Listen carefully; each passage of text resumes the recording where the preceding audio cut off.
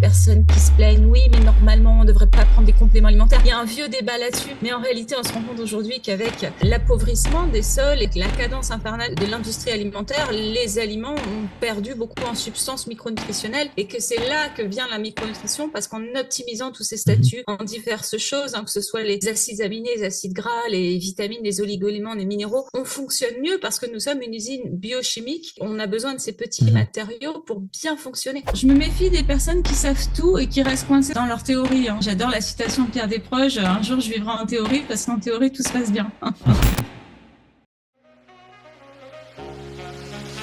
Bienvenue dans le podcast SIMP Biologie, Santé, Nutrition. Le podcast où nous discutons avec des experts de ce que notre corps et notre biologie nous disent à propos de notre santé et nos besoins en nutrition. Florence Ortolan, je suis très contente de te recevoir aujourd'hui sur le podcast de SIMP. Moi de même. Bienvenue. On va parler d'un sujet qu'on entend de plus en plus, qui est la raison pour laquelle je t'ai contacté aussi, c'est qu'on entend toujours parler de la dopamine et plus largement maintenant des neurotransmetteurs. Et je suis d'autant plus heureux de t'avoir ici que tu en as écrit tout un livre sur le sujet. Le livre qui s'appelle Anxiété, fatigue, douleur, agissez sur vos neurotransmetteurs. Et avant de rentrer dans le contenu du livre et le sujet du jour qui va essayer d'un peu déconstruire ce que sont ces neurotransmetteurs et comment ils agissent au quotidien, qu'est-ce qui t'a donné envie d'écrire un livre déjà? Parce que c'est quand même assez niche d'écrire tout un livre sur ce sujet aussi précis. C'est pas faux.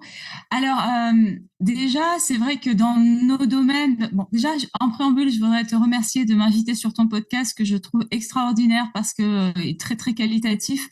Et je pense qu'aujourd'hui, il y a beaucoup besoin encore de parler de tout cet univers, donc de la santé fonctionnelle, parce qu'encore beaucoup trop de personnes disent, ben non, mais moi, j'ai vu mon médecin, je suis normale, tout va bien, juste parce qu'ils ont écarté des diagnostics de maladies.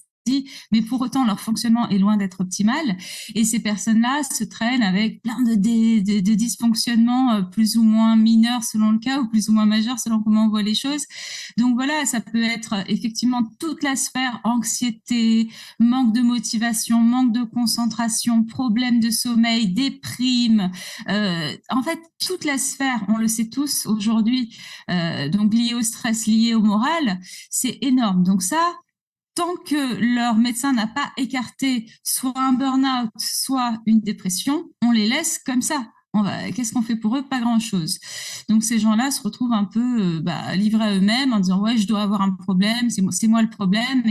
Alors qu'en fait, quand on se penche sur leur fonctionnement, on se rend compte qu'il y a plein de choses qui seraient rééquilibrables et qui leur permettraient de se sentir beaucoup mieux dans leur tête, dans leur vie, dans leur humeur et d'aller au plein potentiel qui est le leur à la base. Je pense que c'est dommage à la base qu'on ait une façon de fonctionner qui est possible et qu'on la gâche juste parce qu'on ne sait pas.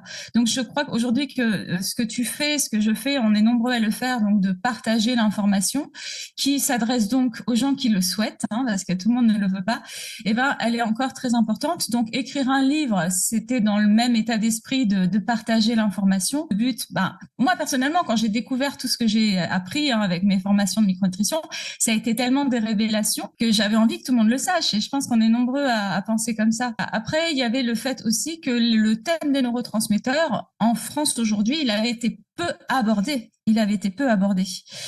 Et aussi que on sait qu'en France, on est des gros consommateurs de psychotiques et antidépresseurs, anxiolytiques, etc. Et moi, je le voyais bien aussi dans mes accompagnements qu'il y a beaucoup de gens qui, même sans avoir une dépression, disent moi, j'ai pas de motivation, je suis à côté de moi, j'ai pas de concentration, brouillard cérébral, je suis anxieux, j'arrive pas à dormir. Quand c'est pas l'histoire, on va, je pense, en reparler des palpitations, des troubles du sommeil, etc., etc. Donc, j'avais vraiment, vraiment envie de partager ça et parce que je trouve que c'est très intéressant. C'est justement de tout ça dont j'ai envie de parler avec toi aujourd'hui. Avant de vraiment rentrer dans le vif du sujet, pour ceux qui ne te connaissent pas, est-ce que tu pourrais peut-être expliquer un petit peu qui tu es et notamment toutes ces formations en micronutrition dont tu as parlé? Donc, je me suis formée en naturopathie, conseillère en naturopathie. Donc, l'idée, et c'est proche de la micronutrition, c'est au lieu d'attendre que ça aille mal pour agir, intervenir avec comme on le sait en médecine allopathique des molécules chimiques, c'est d'essayer de travailler d'une part sur son hygiène de vie, qui est extrêmement importante, et d'autre part sur son terrain, parce que voilà, c'est hyper important de voir comment on fonctionne, comment on est, et ça va permettre par effet boule de neige positif d'aller de mieux en mieux. Donc ça, c'était la naturopathie. Et puis très rapidement, je suis tombée sur la formation de Vincent Castronovo, un NutriHealth, où là, j'ai découvert le monde passionnant, fascinant et extrêmement complexe aussi de la micronutrition, avec la pédagogie de Vincent Castronovo qu'on ne présente plus. Ouais, avec qui on vient de sortir un épisode d'ailleurs. Donc quand celui-ci sortira, je pense que ce sera celui de la semaine d'avant. Donc je vous invite à aller l'écouter si ce n'est pas déjà fait. Absolument. Dans mon domaine de la micronutrition, c'est vrai qu'on est nombreux à être passés par la formation de Vincent Castronovo, qui a vraiment cette pédagogie et cet éclairage important. Et c'est vrai que ça, voilà, je me suis dit, waouh, c'est vraiment ça. Et depuis, j'ai à cœur de le mettre en pratique dans mes accompagnements et d'en parler beaucoup dans mes vidéos. Alors bon, il y a toujours des personnes qui se plaignent, oui, mais normalement, on ne devrait pas prendre des compléments alimentaires. Il y a un vieux débat là-dessus.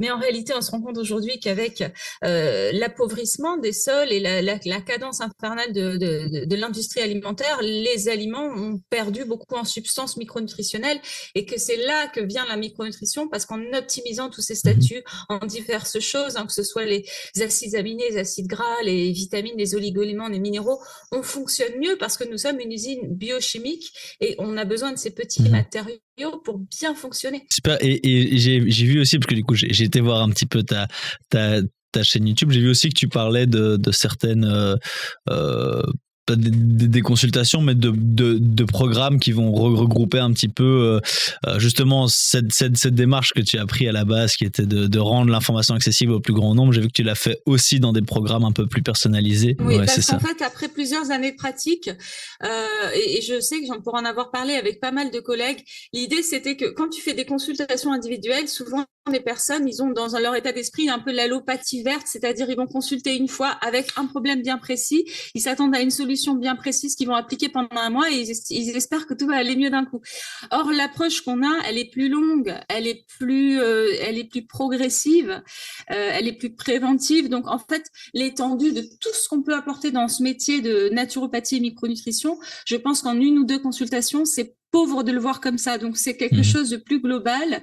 Et aussi, tu vois, un truc qu'on ne peut pas aborder dans une ou deux consultations, c'est la gestion des polluants. Aujourd'hui, on sait que c'est extrêmement important dans notre vie.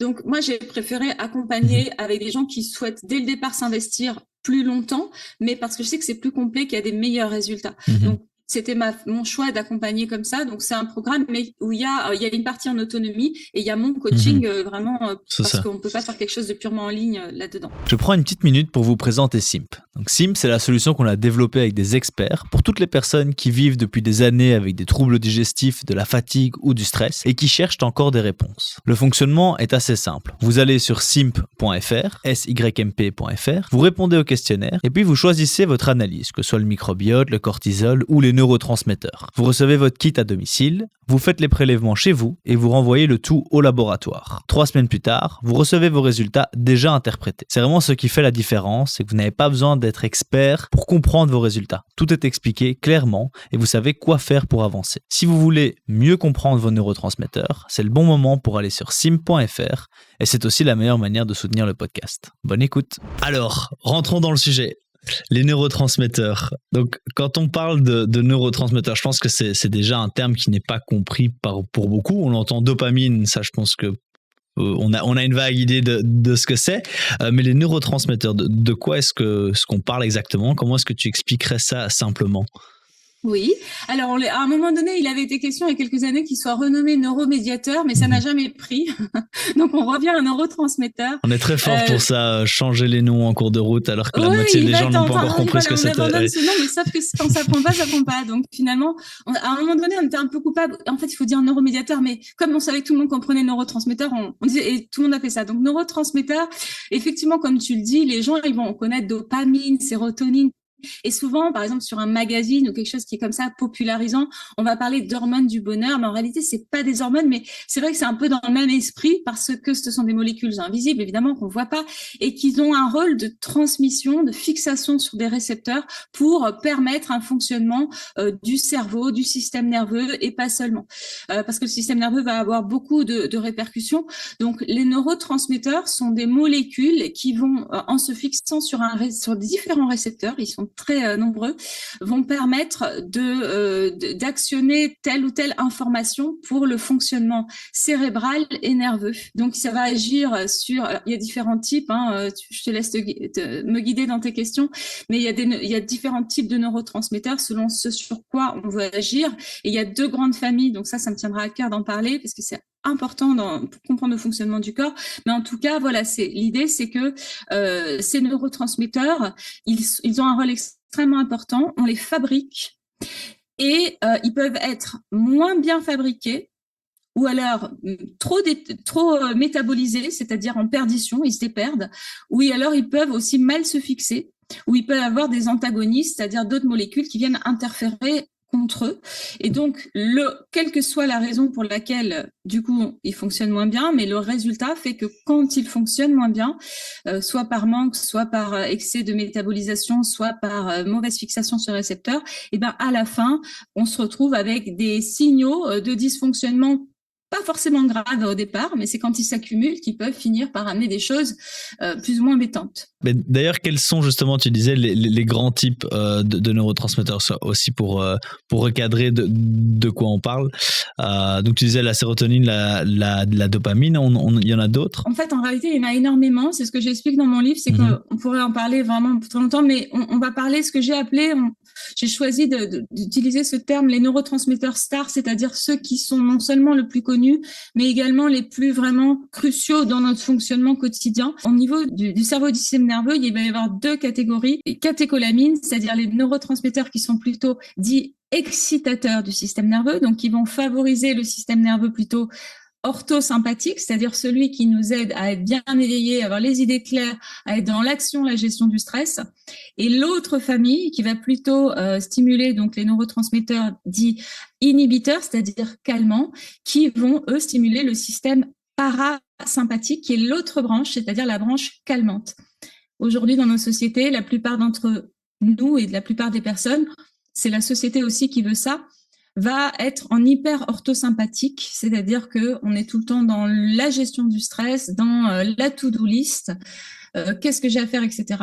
J'arrive le soir, j'ai pas beaucoup de temps pour décompresser, donc je dors pas assez, et au final, le système nerveux parasympathique, qui est celui non seulement du retour au calme, d'une bonne sérénité, d'un bon moral aussi, et d'un bon sommeil, et d'un bon aussi rythme cardiaque, c'est là qu'on va dépasser le cerveau, mais qu'on va arriver aussi à tout ce qui va être palpitation, rythme cardiaque. Mais celui-là, il est un peu oublié.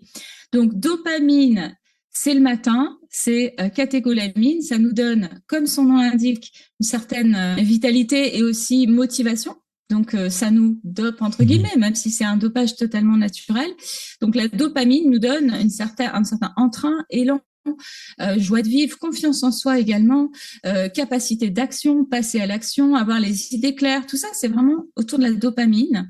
Et cette dopamine qu'on appelle aussi starter, c'est-à-dire qui nous permet de démarrer la journée, elle va se transformer au fil de la journée, plutôt en milieu de journée, en noradrénaline, qui va être un neurotransmetteur toujours dans les catécholamines, lui qui va aider aussi à avoir une certaine durabilité. On peut garder le rythme, on s'affaisse pas dans son énergie. On a aussi tout ce qui est capacité cognitive, la concentration, la capacité aussi d'être aussi dans la sociabilité. C'est vrai que ça demande une certaine énergie aussi, parce que par exemple, quand on manque de dopamine, noradrénaline, on va pouvoir se replier sur soi, même s'il y a potentiellement bien sûr d'autres facteurs. Donc ça, c'est le neurotransmetteur plutôt dit excitateur catécholamine. Et l'autre partie qui va plutôt se synthétiser dans l'après-midi, on va avoir la sérotonine.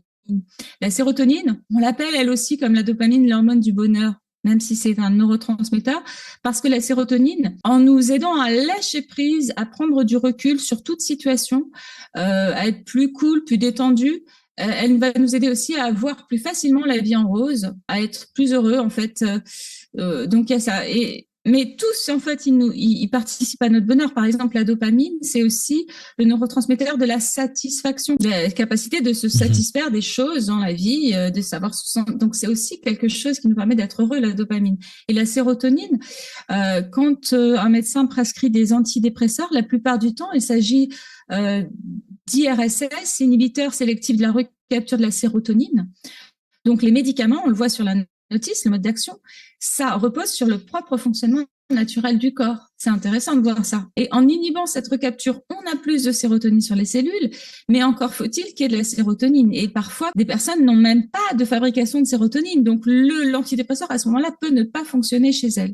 Et donc, du coup, oui, donc là, par rapport à la sérotonine, il y a l'importance de la production, et tu en parlais un petit peu juste avant, un peu dans la définition de ces neurotransmetteurs. Tu disais que c'est quelque chose qu'on produit, qu'on le fabrique. Mais comment est-ce qu'on fabrique ces neurotransmetteurs exactement? Est-ce que c'est la même chose pour tous? Est-ce qu'il y a des modes d'action différents pour justement ces deux grands groupes? Ce qui est intéressant de savoir pour tout un chacun, c'est que ces neurotransmetteurs vont être fabriqués à partir d'acides aminés, qui sont donc des fragments de protéines qu'on est censé ingérer par son alimentation, et à l'aide de micronutriments cofacteurs, c'est-à-dire qui participent à l'élaboration dans les réactions biochimiques.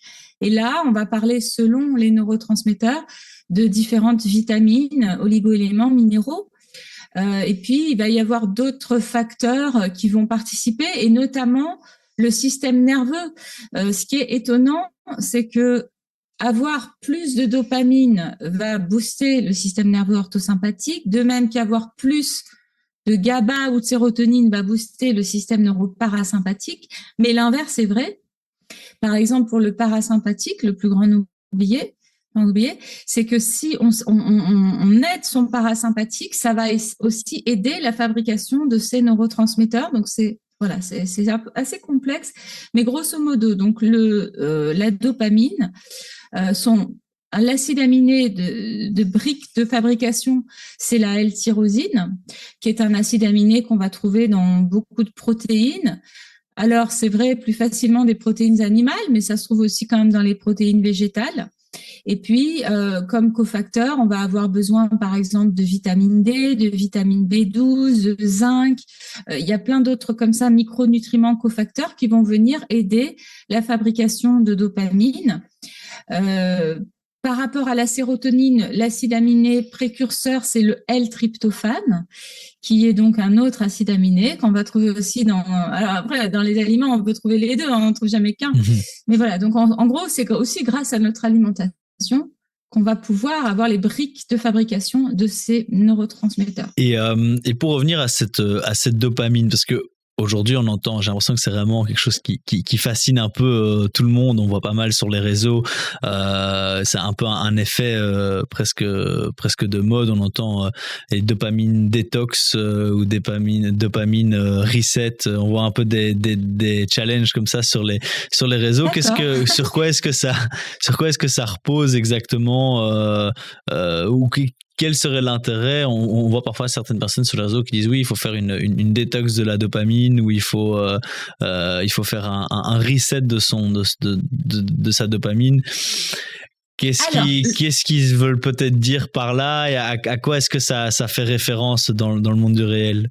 Il aurait fallu que je regarde en détail tous ces postes dont tu parles, mais ce que je peux comprendre, c'est que c'est vrai aussi que dans nos sociétés, et surtout les jeunes, on est de plus en plus sur la stimulation du circuit de la récompense. Donc, circuit de la récompense, qu'est-ce que c'est?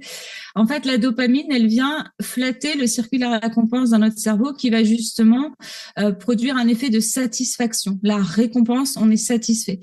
Alors, si je parle de jeux vidéo, évidemment, je vais toucher énormément de gens. On sait très bien que dès lors qu'on est tout le temps sur les jeux vidéo, on est tout le temps dans une hyperstimulation de la dopamine qui rend complètement dépendant. Et qui fait que, en fait, pour aller stimuler ce circuit de la récompense, les autres moyens d'action vont baisser en quantité, parce que le jeu vidéo, ça va vraiment fortement stimuler cette récompense, et donc va devenir plus dépendant au niveau de la dopamine. Mais toutes sortes d'addictions, de toute façon, va rendre un peu accro à la dopamine.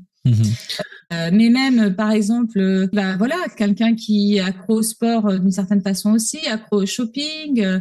Voilà, en fait, la dopamine, je pense qu'aujourd'hui, peut-être qu'on est dans une société où on va trop vite chercher la satisfaction immédiate. Ça a été quand même identifié en sociologie et surtout chez les jeunes qui vont être moins patients, qui vont trouver trop facilement les choses assez fades. S'il n'y a pas une stimulation du circuit de la récompense. Donc la dopamine, peut-être, moi ce que je verrais, c'est que déjà c'est intéressant d'aller identifier si on en a naturellement suffisamment avec les signes de manque ou d'excès d'ailleurs, mais on voit quand même plus souvent un manque dans, en tout cas, moi, les populations qui viennent consulter en naturopathie. Donc, manque de dopamine, ça va engendrer potentiellement manque de motivation, repli sur soi, manque de vitalité, fatigue le matin, les idées sont pas forcément très claires, on peut procrastiner, remettre à plus tard les choses, pas passer à l'action. Voilà, et donc tout ça, en fait, manque de confiance en soi. Donc tout ça, c'est manque de dopamine. On en voit beaucoup, des personnes qui manquent de dopamine. Et donc là, si on voit qu'on se reconnaît dans le manque de dopamine, les solutions, ça va être déjà de remettre un peu des protéines dans son alimentation dès le petit déjeuner et puis de faire le point comme vous le faites. Oui, c'est ça. Nous, on le propose directement de pouvoir faire l'analyse de justement des neurotransmetteurs, de la production, la circulation, donc depuis chez soi. C'est facile à faire. Ah oui. Alors justement, parce que quand j'avais fait justement des vidéos sur ces neurotransmetteurs, j'ai eu beaucoup cette demande-là. Et je répondais toujours que c'est complexe à interpréter ces analyses-là. Il faut faire les neurotransmetteurs et leurs métabolites, parce qu'on peut avoir beaucoup de dopamine, mais si la métabolisation, elle va beaucoup trop vite, on perd en fait. On n'en a pas sur les récepteurs. Donc, c'est pas facile à interpréter pour quelqu'un qui connaît pas en tout cas. C'est ça, oui, donc c'est exactement ça qu'on propose. Est-ce que tu peux justement expliquer un peu ce processus de métabolisation et la différence entre quelqu'un qui va produire beaucoup et la personne qui va en produire suffisamment mais où il n'y a pas la bonne métabolisation? Absolument. Alors, si on produit de la dopamine, mais par exemple qu'il y a une enzyme, c'est la COMT, qui va, c'est une enzyme qui va donc peut-être être trop active et trop dégradée. En fait, tout dans notre corps, que ce soit les neurotransmetteurs ou les hormones, vont se dégrader en réalité. Donc, s'il y a un bon équilibre, ça va se dégrader juste ce qu'il faut, mais pas trop. Et dans certains cas, ça va se surdégrader. Donc, c'est comme si d'un coup, tu avais produit quelque chose qui s'effondre très rapidement. Donc, ça sert à rien à ce moment-là d'en produire beaucoup. Et ces enzymes peuvent devenir un petit peu trop actives, notamment dans un cas de surstimulation nerveuse. Donc, ça révèle souvent que la personne est en hyper orthosympathique, c'est-à-dire qu'elle est beaucoup trop stressée et qu'elle n'a pas appris à se calmer.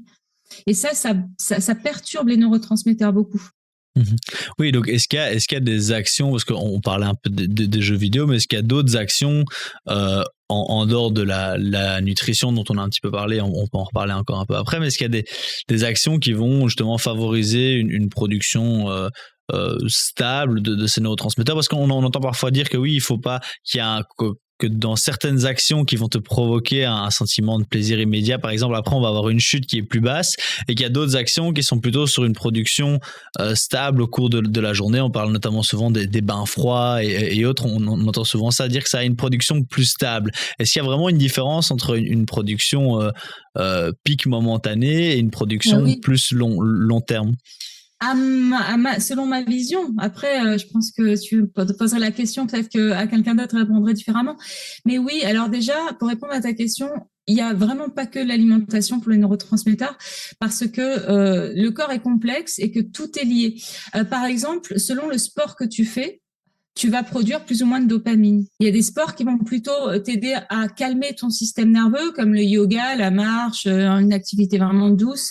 Là, tu vas plutôt aller favoriser la production de neurotransmetteurs calmants. Tu as des sports comme la musculation ou le HIIT où tu vas partir en intensité un peu plus soutenue, où là, tu vas pouvoir aussi stimuler ta dopamine. Alors, c'est pour ça que l'idéal, c'est de faire les choses en fonction de là où on en est aujourd'hui et selon son objectif. Après, il y a l'état du microbiote, donc on ne peut pas ne pas en parler. une dégradation des neurotransmetteurs plus ou moins réussie peut se faire selon le cas, selon l'état du microbiote. Donc le microbiote, il jouera toujours, on connaît l'axe cerveau-intestin, et ça jouera toujours énormément, ça influencera tous nos neurotransmetteurs. Également, l'inflammation dans laquelle on est, qui va faire qu'il y a une inflammation cérébrale. Alors, inflammation de microbiote, inflammation cérébrale, qui va faire que on va moins bien synthétiser ou moins bien accrocher sur les récepteurs ces neurotransmetteurs. Également, je dirais que les loisirs qu'on choisit, puisque justement, alors là, tu parlais des bains froids. Si on parle des bains froids, on parle du système nerveux, du reset du système nerveux, donc toujours pour essayer de remettre de l'équilibre entre ces deux branches. C'est vraiment un point clé. Parce qu'en fait, même sans rentrer dans le sujet des neurotransmetteurs, pour quelqu'un qui ne connaîtrait rien de tout ça, si tu as une bonne alimentation et que tu as un système équilibré au niveau nerveux, déjà, je pense que les neurotransmetteurs, ça va bien. Et en plus, tu t'occupes de ton microbiote. Donc, tu vois, même si on rentre pas dans les détails précis, donc le système nerveux et souvent les bains froids, ça vient à stimuler ton système nerveux parasympathique qui est le plus malmené aujourd'hui parce que la plupart des gens ils se crament avec du surmenage, qu'il soit physique, mental ou émotionnel ou un peu des trois. Et donc, du coup, leur pauvre système parasympathique est complètement aux oubliettes et avec des choses comme la respiration calmante, c'est-à-dire où on augmente le temps d'expiration et on met de la respiration ventrale et aussi le froid, les jets d'eau froide à la fin de la douche ou encore mieux le bain glacé, c'est la méthode Wim Hof dont tu fais référence. Wim Hof, c'est une méthode pour vraiment faire un reset du système nerveux avec une stimulation des deux branches vraiment assez forte et qui va impressionner le système nerveux pour le remettre en équilibre. Et ça va avoir un impact sur tous les neurotransmetteurs, pas seulement la dopamine. De cette façon, c'est la meilleure façon pour avoir un rééquilibrage sur la durée stabilisée de ces neurotransmetteurs. Alors, c'est sûr que si tu fais du jeu vidéo, là d'un coup, tu vas avoir un shoot de dopamine, mais c'est pas comme ça que tu vas t'équilibrer en autonomie durablement. C'est une stimulation extérieure. L'idéal, c'est la stimulation intérieure et retrouver toutes les bonnes conditions pour bien fonctionner, même si c'est un objectif. Oui. C'est ça. Et pour des personnes, justement, parce que j'ai l'impression que plus tu vas chercher des récompenses, plus elles sont grandes, plus c'est compliqué de retrouver un peu le même niveau de récompense. J'ai l'impression plus il faut une récompense plus grande la fois d'après. C'est comme, imagine, tu as une chaîne YouTube et tu fais 1000 vues sur une vidéo. Après, la vidéo d'après, il faut 2000 vues. Et la vidéo d'après, il faut encore plus. Il faut 4000 vues. Et comment est-ce qu'on peut réhabituer un peu son cerveau à des récompenses peut-être un peu plus simples, de quand même réussir à faire réactiver ce système sans être toujours dans une course à une récompense un peu plus grande? Ah oui, donc là, tu me parles de comment faire marche arrière sur une dépendance à la dopamine, en réalité. C'est ça, parce qu'on a parlé un petit peu de comment ça fonctionne et qu'est-ce qu'on peut faire pour être équilibré, mais pour les personnes où c'est compliqué parce qu'ils sont dans cette phase de récompense toujours plus grande, comment est-ce qu'on réhabitue? Tu as prononcé le mot détox, donc c'est comme quelqu'un qui se désintoxifie de la drogue ou de l'alcool ou du tabac. Il va y avoir, à un moment donné, il faut accepter la phase de manque. Tu peux pas lutter contre ça. Si tu es parti sur quelque chose de chimiquement qui t'a mis des étoiles dans la tête, si tu veux t'en sevrer d'une certaine façon, que ce soit du jeu vidéo, que ce soit une drogue, que ce soit moi quelqu'un qui est accro, même les gens qui sont addicts au sexe, ça existe. Je sais qu'ils sont très malheureux. Il y a des stars qui parlent de ça. C'est pareil. C'est quand tu surstimules. Si tu veux revenir à un état plus naturel, à un moment donné, il faut essayer déjà d'accepter que ça ne sera pas toujours aussi intense. Et pour moi, dans mes accompagnements, quand j'ai eu des personnes comme ça qui avaient besoin d'être en sevrage d'une addiction, quelle qu'elle soit, je vais justement tout faire pour trouver d'autres moyens de créer de la dopamine. Donc, c'est pas des leurres, c'est vraiment d'autres moyens qui soient plus durables Et ça n'empêche pas d'avoir quand même, pour moi, mais c'est ma vision, hein, sur le moment de la désintoxication, pour moi, il faut un leurre à un moment donné. Par exemple, je me souviens de cette personne qui était totalement addict au coca, il buvait 2 litres par jour. Et on sait que ça, c'est une catastrophe, hein, même pour la stéatose hépatique. Enfin, voilà. Et cette personne-là, on a travaillé sur ses neurotransmetteurs de façon globale, hein, pas seulement la dopamine, parce que c'est pareil, en fait, quand si tu recherches trop la dopamine, c'est peut-être aussi parce que tu manques des autres. Par exemple, quelqu'un qui est anxieux, il va peut-être chercher la dopamine comme une réponse à ça. Mais l'anxiété, ça se travaille aussi avec le GABA. Donc, je pense qu'il faut vraiment rééquilibrer tous les neurotransmetteurs d'une part. Travailler en coaching avec la personne pour voir qu'est-ce qu'elle peut mettre en place qui lui fasse plaisir sans que ce soit l'objet de son addiction, hein, que ce soit le jeu vidéo ou autre chose. Et puis après, un leurre, par exemple, sur ce monsieur qui avait buvé du coca, j'avais proposé, pendant la phase de sevrage, entre guillemets, pour se défaire de l'addiction, c'était de boire de l'eau gazeuse, mais après, il avait fini par arrêter. Mais ça lui avait permis, je pense, dans son cerveau, de désactiver cette idée de « il me le faut, il me le faut, il me le faut ». Il y avait autre chose. C'est comme les fumeurs qui s'arrêtent et qui prennent du chewing-gum ou qui prennent 10 kilos parce qu'ils mangent.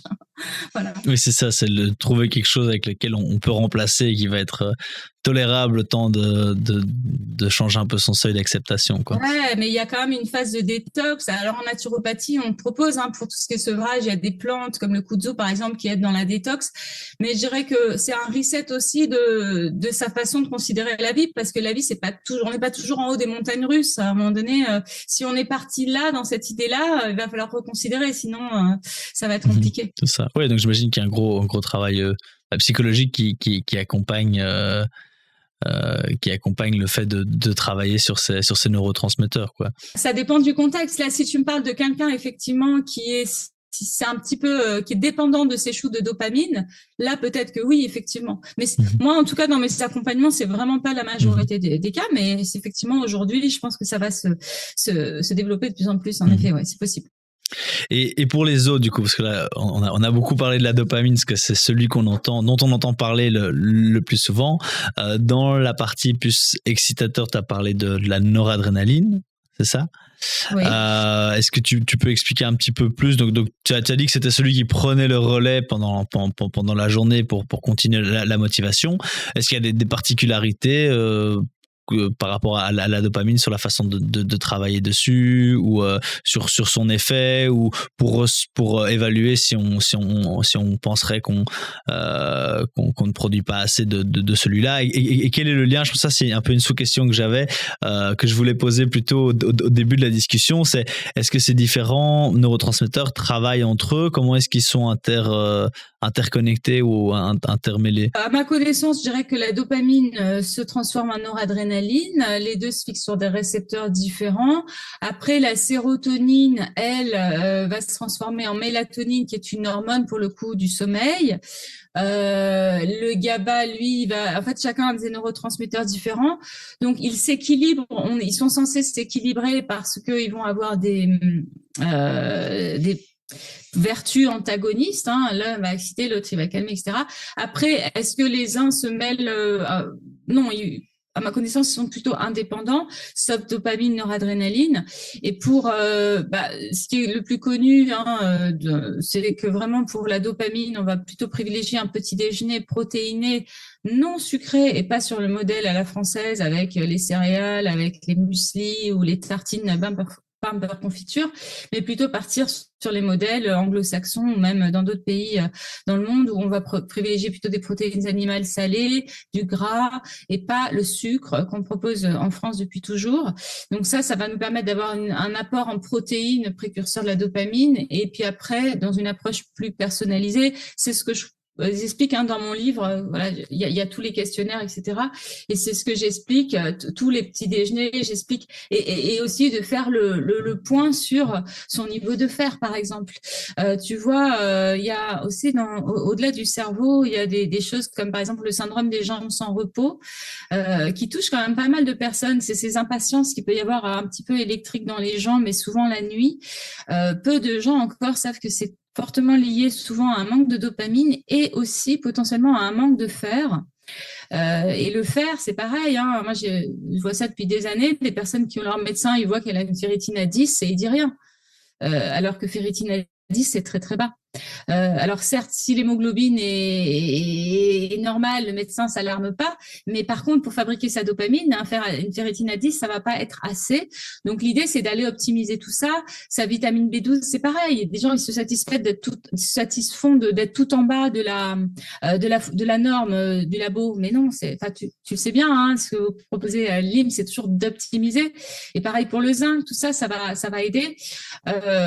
Donc c'est l'alimentation, c'est aussi le système nerveux pour aider cette production de dopamine. Après, pour quelqu'un qui manque de dopamine aussi, ce qui est intéressant, c'est de regarder derrière l'état. Tu sais, moi, je parle beaucoup de ça dans mes accompagnements et dans mes vidéos. L'état des glandes surrénales, parce que les personnes sont fatiguées chroniques, sont surmenées. Et cette potentiellement longue phase qui précède le burn-out où on dit tout va bien, vous inquiétez pas, tout va bien, vous n'avez rien. Mais la personne, elle est épuisée déjà. Et en fait, pour l'instant, tout va bien. Et donc, pour l'instant, elle est épuisée, mais parce qu'en fait, elle est déjà en burn-in, elle est déjà en fatigue surrénalienne. Et ça, il faut savoir que ça impacte tous les neurotransmetteurs. Et quelqu'un qui arrive, qui est épuisé, et la plupart du temps, n'a pas de dopamine, ça va ensemble. Donc, on va pouvoir aider ces glandes surrénales. La personne, elle va pouvoir commencer à peut-être freiner un peu la suractivité et en parallèle, remettre un petit déjeuner protéiné, remettre peut-être plus de fer selon le cas, plus de zinc, plus de vitamine B12, des protéines, et tout ça, ça va participer. Les oméga 3 aussi vont avoir un rôle de fluidité membranaire qui va être important pour activer les récepteurs aux neurotransmetteurs, de même que la vitamine D. Donc tout ça, c'est vraiment les piliers de la micronutrition qui vont aider à tous les niveaux et pas seulement au niveau des neurotransmetteurs. Je ne sais pas si j'ai répondu à ta question. Oui, c'est ça. Mais ça répond un peu au fait que voilà, c'est un ensemble sur lequel il faut travailler. Et dans cet ensemble, du coup, tu as parlé des glandes surrénales et donc du lien avec c'est quelque chose dont on ne parle pas souvent. On parle toujours du burn-out, mais maintenant on commence à parler de temps en temps du burn-in, et nous on le voit du coup beaucoup forcément avec l'analyse du profil du cortisol. Est-ce que tu peux expliquer un petit peu cette partie burn-in, exactement ce que tu veux dire par là, et à quel point c'est important en fait de prendre ça en charge aussi avant que ce qui soit trop tard, quoi.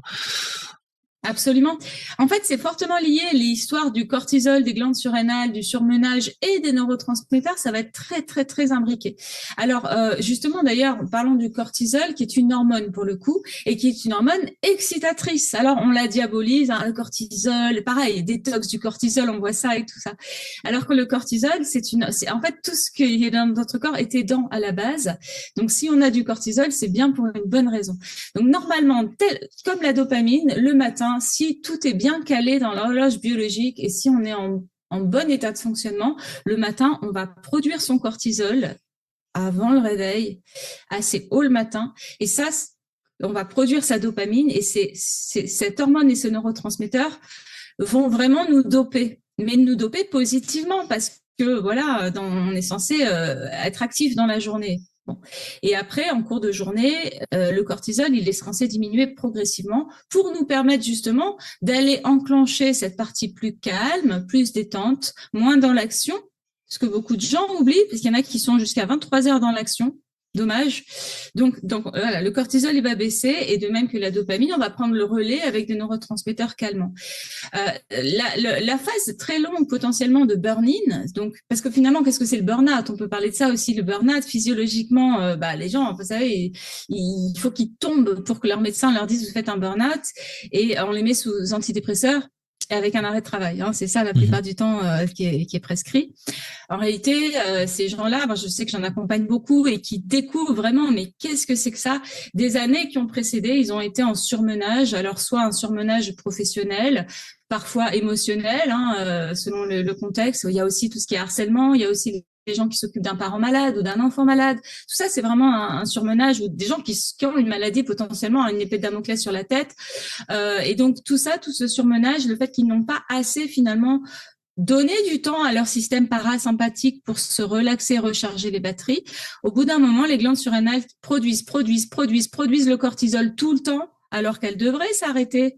Justement, c'est là qu'on voit le lien avec le système nerveux. Quand ton système nerveux, il bascule en mode parasympathique, tes glandes surrénales, elles cessent de produire ton cortisol. Mais si tu es toujours en orthosympathique, Donc, tu produis toujours ton cortisol aussi et tes glandes surrénales s'épuisent. Donc, tu vois vraiment le lien, il est là. Et donc, finalement, la personne va s'épuiser et comme ces glandes surrénales se sont fatiguées de produire non-stop du cortisol, il y a la phase assez, on voit pas trop les signaux. C'est qu'il y a une production aléatoire de cortisol. Par exemple, vous, dans l'analyse que vous faites du cortisol salivaire en 5 temps, on voit le cortisol, normalement, il est censé être haut le matin, après, il est censé diminuer et vraiment arriver bas le soir pour que la personne puisse dormir, d'ailleurs, parce qu'on ne peut pas dormir avec du cortisol.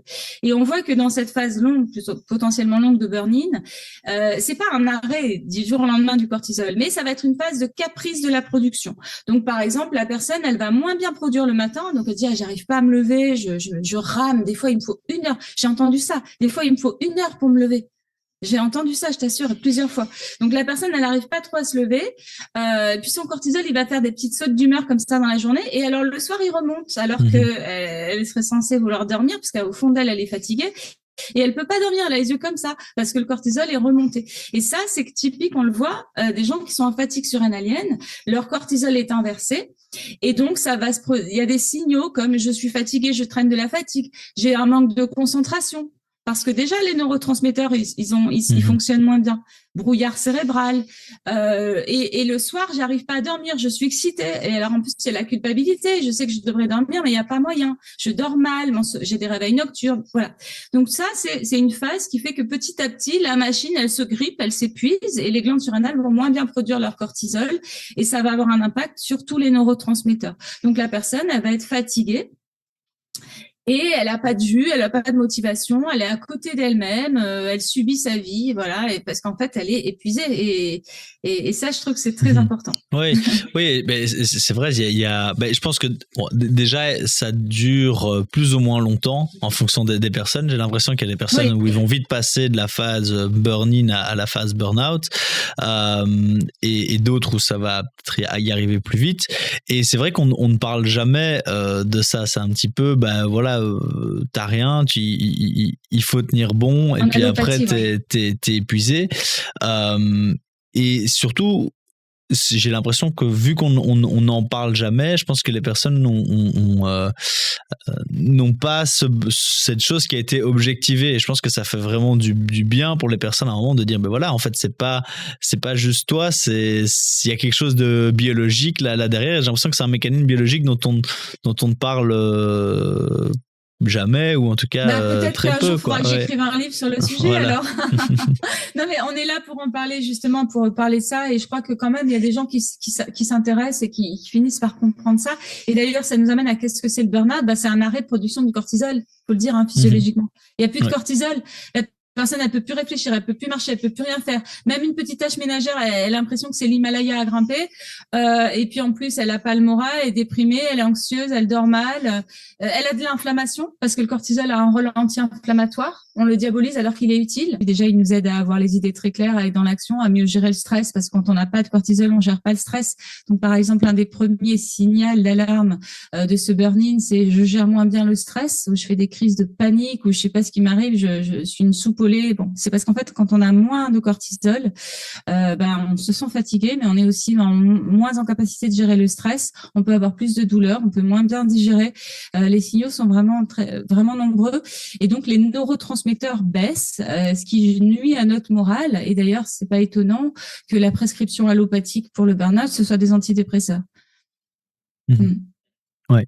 Et du coup, qu'est-ce qu'on peut faire un petit peu pour empêcher justement de ces signes, pour se rendre compte qu'on est en burn-in et éviter d'arriver jusqu'à la case burn-out? Parce que j'ai l'impression qu'après, une fois qu'on est dans la case burn-out, c'est assez compliqué de revenir. J'entends beaucoup d'histoires de personnes qui sont en burn-out, ils ont beau arrêter le travail, ils n'arrivent pas à revenir à l'état d'avant. Parce qu'on leur apprend pas à régénérer leurs glandes surrénales. Moi, j'accompagne des personnes comme ça et ça marche. Les gens, en fait, déjà pour moi, la première chose, c'est de comprendre le mécanisme.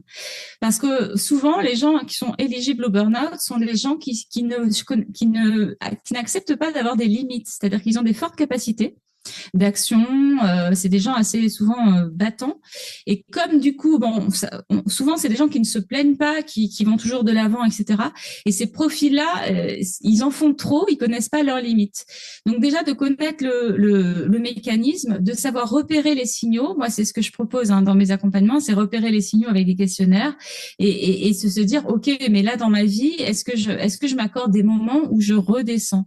Je pense que c'est déjà une première façon de faire les choses, parce que si on arrive à ralentir, et je dis ça, mais c'est loin d'être évident, si on arrive à ralentir, c'est déjà très bien, et on va rééquilibrer son système nerveux grâce à tous ces moments qu'on va s'accorder, où on va paresser, où on va arrêter d'être dans le checklist de tout ce qu'on a à faire, et on va pouvoir se dire, j'ai droit au repos, voilà, ça fait beaucoup de bien.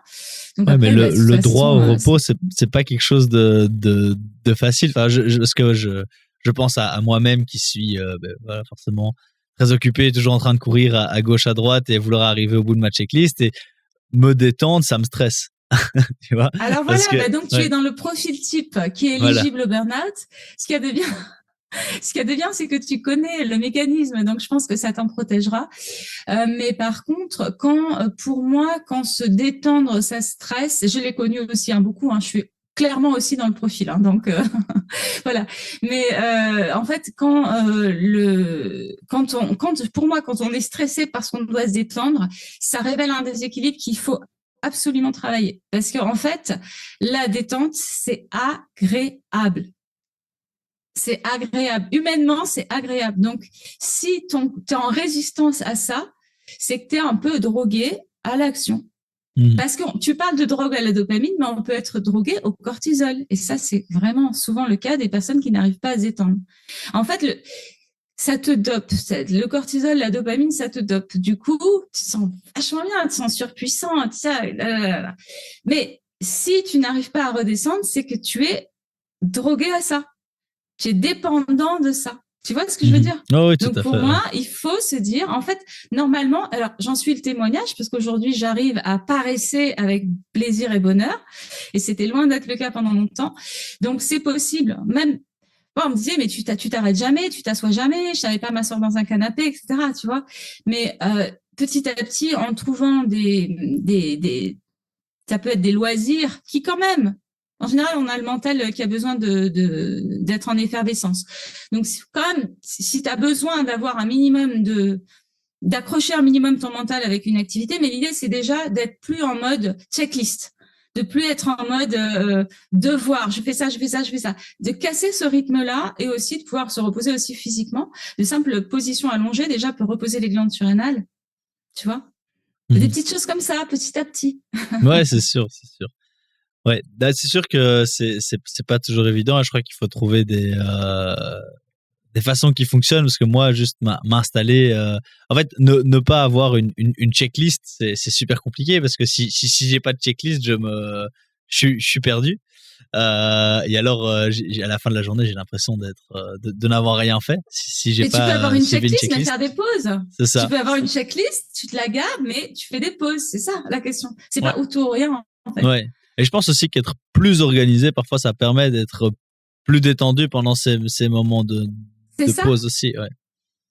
C'est ça, exactement. Après, c'est sûr que selon la période de vie, si tu es en construction d'un projet professionnel passionnant, etc., c'est un peu normal d'être dans cet état d'esprit. Et pareil, pour quelqu'un qui est un entrepreneur qui vient de créer son business, c'est normal qu'il soit en effervescence et tout.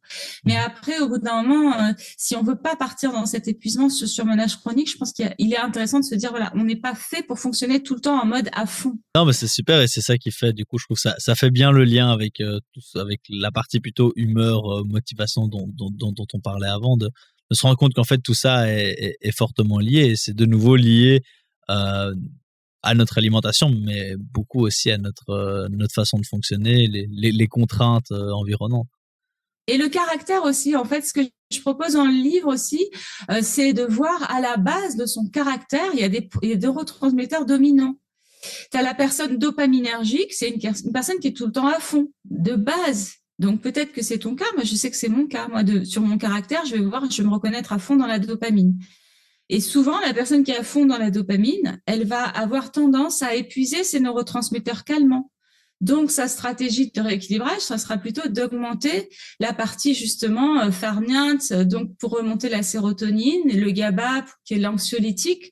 On n'a pas beaucoup parlé du GABA. C'est pareil, hein, sur la notice des anxiolytiques médicaments, il y a marqué active les récepteurs au GABA quand même. Donc, là encore, le médicament se repose sur notre fonctionnement naturel. Et donc, le GABA, qui est un acide aminé et un neurotransmetteur, il est anxiolytique. Donc, il nous permet d'être plus zen, plus détendu. Et la personne qui est tout le temps dans sa dopamine, elle va souvent manquer ou d'un des deux calmants ou des deux calmants. Donc ça, c'est intéressant de le comprendre. Il y a aussi cette idée que on peut se calmer aussi grâce aux neurotransmetteurs. Et plus on va se calmer, plus on va les fabriquer, les calmants. Pour la personne qui les écoute comme ça, qui commence à se retrouver, je pense que j'imagine que toi dans ta pratique, tu dois avoir des personnes pour qui c'est la première fois dont on parle de tout ça et qui en un coup se rend compte, ah oui, il y a peut-être des choses à faire. Et je pense que tu as d'autres personnes qui savent tout ça mais qui n'arrivent pas à agir. Est-ce que tu as un peu des stratégies différentes pour ces deux profils? C'est une question intéressante. Alors, je me méfie des personnes qui savent tout et qui restent coincées dans leur théorie. Hein. Parce que, j'adore la citation de Pierre Desproges. Un jour, je vivrai en théorie parce qu'en théorie, tout se passe bien. Parce que quand on reste toujours là, en fait, on n'est pas en pratique dans sa vie. Et ça, je m'en méfie parce que je vois des personnes ils ont des encyclopédies dans la tête, mais en réalité, donc concrètement, il n'est pas passé à l'action. Donc, je dirais que c'est peut-être presque mieux quelqu'un qui en sait moins, mais qui va justement prendre plus de temps pour soi, pour s'équilibrer, qui va faire du sport, qui va trouver des loisirs récréatifs, etc.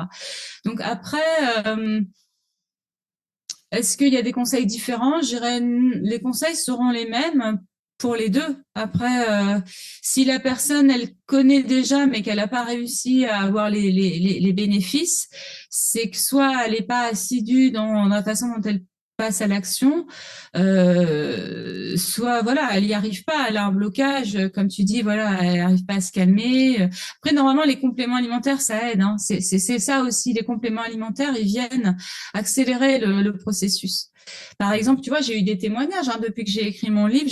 Je reçois régulièrement des témoignages de gens qui ne connaissaient absolument pas. Il y a même des gens qui m'ont dit, bah, j'étais à la Fnac ou dans telle librairie et puis j'ai vu votre livre, je l'ai acheté et puis j'ai découvert tout ça. Il y en a, ils m'ont dit, ah, bah, je suis allée à la pharmacie, j'ai acheté de la tyrosine parce que je me suis reconnue dans le manque de dopamine. Ça a changé ma vie. Donc, tu vois, des fois, des petites choses comme ça. Et puis, après, il y a ceux qui vont vraiment prendre tous les conseils, aussi bien au niveau alimentaire, micronutritionnel, le microbiote, le surmenage. Et là, ça peut faire des belles différences. Et du coup, tu disais, de manière générale, la qualité et l'équilibre du microbiote aussi comme pierre à l'édifice pour le bon fonctionnement des neurotransmetteurs. Oui, alors voilà, mais ça c'est assez complexe par rapport, je pourrais pas rentrer dans les détails, donc qu'est-ce qui fait quoi, mais en fait un microbiote perturbé, si voilà, ça va interférer avec les neurotransmetteurs par les métabolites que ça va générer, que les bactéries vont générer et qui vont pouvoir avoir des effets contre-productifs aux effets positifs des neurotransmetteurs. Et là, pour le coup, les conseils généralistes, je vais pas pouvoir les donner dans la vidéo parce que c'est complexe, si ce n'est de soigner son alimentation et sa mastication. Merci, professeur Vincent Castronovo, pour la mastication sur laquelle il a énormément insisté. Et c'est vrai que c'est gratuit et les gens veulent pas le faire. Hein. Donc voilà. la mastication, du coup, tu peux, pour ceux qui n'ont peut-être pas entendu parler de ça. Les gens, ils savent tous qu'ils mangent trop vite. Hein. Ils disent ah oui, je mange trop vite. Bah, en fait, ça rejoint le rythme à la cadence infernale. Hein. Les gens prennent pas le temps, donc ils vont manger ils vont manger hyper vite en pensant justement à la to-do list. Donc c'est vrai que dès lors que tu gobes tes plats sans bien les mâcher, tu rates l'étape de la bouche, hein, la mastication qui est une étape mécanique et les enzymes de la salive qui est une étape biochimique. Et l'estomac ne rattrapera pas ce qui a été raté dans la bouche. C'est un travail à la chaîne et donc toute étape ratée n'est pas rattrapée par les autres étapes. Donc si tu as raté dans la bouche, tu rates dans l'estomac parce que de toute façon tu n'as pas assez d'acide chlorhydrique parce que tu es stressé, ton estomac il en fabrique pas et donc en fait l'intestin il est en souffrance. Donc déjà avant même de commencer à voir tous les protocoles qu'il peut y avoir pour assainir son microbiote, la première chose ça va être déjà de soigner son alimentation, pas mettre des produits ultra transformés plein de toxiques, etc. Et bien les mastiquer, ce qui va permettre une meilleure digestion dans l'estomac, puis etc. au fur et à mesure. C'est un premier niveau de conseil, mais c'est souvent raté, alors que pour autant, c'est gratuit. Mais encore une fois, pourquoi c'est raté? Parce que ça nécessite aux gens de ne pas subir leur journée, de ne pas subir leurs habitudes et de maîtriser, de mettre plus de lenteur. Et c'est un sujet sur lequel je trouve beaucoup de gens... ça grince, quoi. Ouais, mais c'est pas toujours évident. Mais c'est vrai que du coup, le repas peut être, pour ceux qui nous écoutent, une bonne première étape, le repas du midi, si on se met déjà, du coup, qu'on passe des systèmes plutôt où on est sous tension à venir se calmer pour son repas, ça va faire aussi qu'il va avoir une meilleure mastication. Et donc ça, je crois que c'est déjà une première bonne étape pour démarrer quand on se dit par où je commence. Merci de le souligner. Mais complètement. Et en plus, ce qui est intéressant, c'est que dans les techniques d'activation du nerf vague qui activent le système parasympathique, la mastication est listée dedans.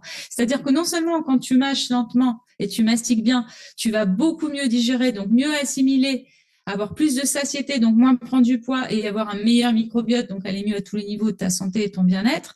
Mais en plus, la mastication, ça va activer ton nerf vague qui va permettre de stimuler naturellement ton système parasympathique qui va envoyer des enzymes, de l'acide chlorhydrique et donc des sels biliaires beaucoup plus facilement. C'est vraiment important. Voilà. Je pense que c'est un bon mot de la fin de démarrer avec quelque chose de simple que voilà, tout le monde à la fin de ce podcast pourra essayer dès aujourd'hui. Écoute, Florence Ortolin, je te remercie beaucoup pour cet épisode de podcast. C'était très chouette de t'avoir sur la chaîne. N'hésitez pas du coup à aller retrouver le livre, tu peux le montrer comme ça si personne le voit en magasin. Donc voilà, anxiété, fatigue, douleur, agissez sur vos neurotransmetteurs. Et aussi, je pense qu'ils peuvent te suivre sur ta chaîne YouTube et sur ton site Embellir ta santé. Embellir sa santé, Florence Ortolin. Je suis en train de le renommer Florence Ortolin, mais de toute façon, on retombera toujours dessus. Ouais, super. Et pour ceux qui nous écoutent, n'hésitez pas à vous abonner à la chaîne, à liker l'épisode, le partager avec 2, 3, 4, 5 personnes qui pourraient le trouver intéressant. Donc, c'est super important pour nous.